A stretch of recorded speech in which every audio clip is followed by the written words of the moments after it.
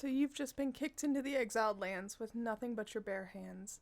The single biggest choice you're about to make is where to call home. A bad spot means you're in for a world of hurt, a miserable loop of dying, rebuilding, and wondering why you even bothered.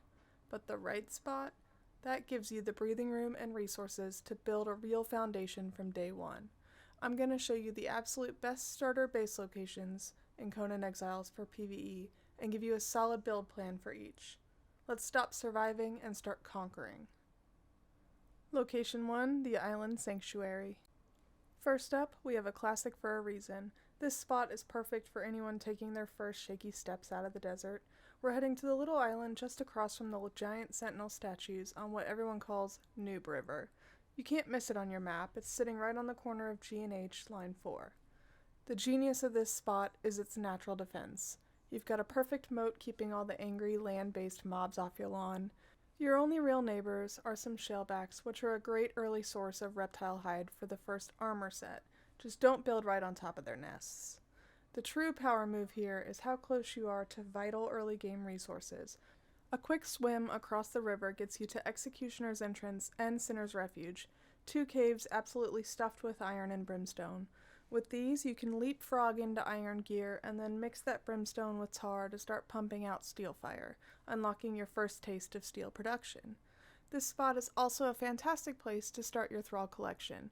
Sinner's Refuge is a hotbed for exile NPCs, and you can easily find decent Tier 1 to Tier 3 crafters and fighters, with a small chance for a named one to pop up. Grabbing a smelter or blacksmith from the cave will skyrocket your progress. You don't need a fortress here. The goal is security and speed. I'd start with a simple square or rectangular sandstone foundation big enough for a bedroll and your first stations without costing a fortune. You can place your furnace, blacksmith, and armorer here without worry. This island would make an incredibly productive first home base.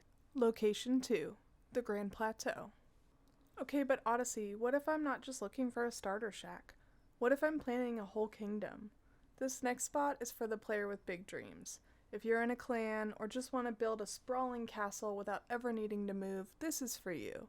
We're heading to the massive, flat-topped plateau near the corner of Bones in map square F5.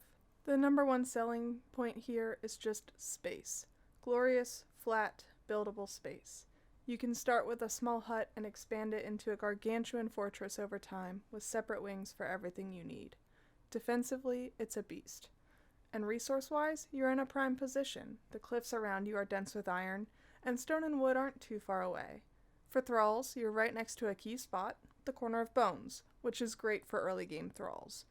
You can think big with your build here. To start, just wall off a corner of the plateau. A simple 2-story building works great. Ground floor for the workshop, second floor for your bed and personal loot. You can use pieces like gabled roofs and pillars to make even basic sandstone look impressive. As you grow, just push your walls out farther to create courtyards and dedicated crafting halls. This location is a long-term investment that seriously pays off, especially now that teleporters make it easy to call one spot home forever. Location 3, the Jungle Island. Ready for a challenge that pays off big? Our next spot is for the player who's a bit more confident and wants to get into the combat game from day one. We're heading east into the jungle to the large island on the border of map squares M and N6. This location is a fortress built by nature. The water provides an amazing defense against the jungle's dangers, like panthers and gorillas. Your main threat, and greatest opportunity, are the Forgotten City and the Descent of Dagon nearby. Resource-wise, nearby is littered in wood, iron, and stone, and the jungle has plenty more if you know where to look. You can build however you would like here, but a bridge to the mainland is a pro move, as it allows you to safely transport resources and capture thralls back to your paradise with ease. This spot is a high-risk, high-reward location that sets you up for total domination. Location 4, the Scenic Nook. Last but not least, for all you solo players or duos who want a home with a view, we're picking a spot that's as much about aesthetics as it is about security. We're heading to the Waterhole Outlook in grid square H6, a beautiful hidden gem that's tucked away. The spot's main draw is its killer geography. It's a natural basin with a small pool surrounded by high cliffs. Building up on those cliffs gives you a super secure and highly defensible, but also absolutely gorgeous base. It's a bit cozy, so maybe not ideal for a huge clan, but it's perfect for a solo player who wants a well-protected hideout without a ton of upkeep. It might not have the same insane iron density of some other spots, but there's enough scattered around just to get you started. Its real strength is its location right next to the savannah and the many thrall camps that are just above and around the outlook. This makes it an amazing headquarters for capturing top-tier thralls and pets. You can pop over to the savannah to hunt rhinos and elephants for thick hide, then retreat to your cliffside sanctuary. Now for the build. You'll want to think compact and multi-level. A base that follows the curves of the rock face looks incredible. Mix sandstone with thatched roof pieces for a cool open-air resort vibe. A small tower at the highest point can be your bedroom and lookout, with a lower deck for your crafting station. There is a catch though. A 3-skull crocodile boss spawns in this waterhole. You'll have to kill it to build safely, but look at it this way. That's a regular, farmable source of higher level loot right on your doorstep. It's a huge perk for a new player. And that's a wrap. 4 killer starter base locations to give you a massive head start in the Exiled Lands. We covered the super safe island sanctuary for total beginners, the iron-focused jungle for rapid growth, the huge plateau for the mega builders, and the scenic waterhole outlook for a secure solo run. Each one offers that critical mix of safety and resources that will be the bedrock of your empire.